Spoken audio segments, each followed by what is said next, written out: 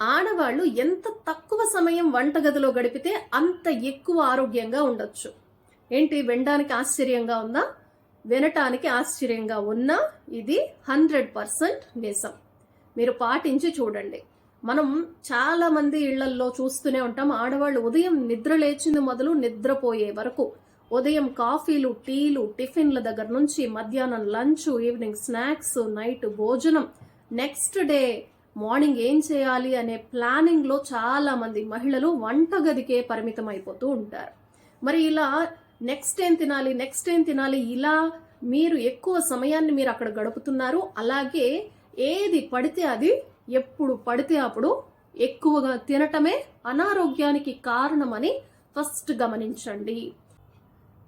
ఆడవాళ్ళు తక్కువ సమయం వంటగదిలో ఉండేలా ప్లాన్ చేసుకోండి. ఇట్ మీన్స్ మీరు చేసే రెసిపీస్ ని మార్చుకోండి. ఇది వరకు చేసిన రెసిపీస్ కాకుండా మీరు రెసిపీస్ మార్చి ట్రై చేయండి. డిఫరెంట్ గా వండుకోవటం నేర్చుకోండి.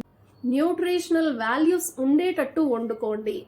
ఎక్కువ మసాలాలు, ఎక్కువ ప్రాసెస్ లేకుండా తక్కువ సమయంలో వండుకునేలాగా మీరు ప్లాన్ చేసుకోండి. ఇవి చెప్పినంత సులభంగా అంత ఫాస్ట్ గా రాకపోవచ్చు. బట్ మీరు గనక ట్రై చేస్తే, మీరు ప్రయత్నం చేస్తే జరగంది అంటూ ఏది ఉండదని గమనించండి.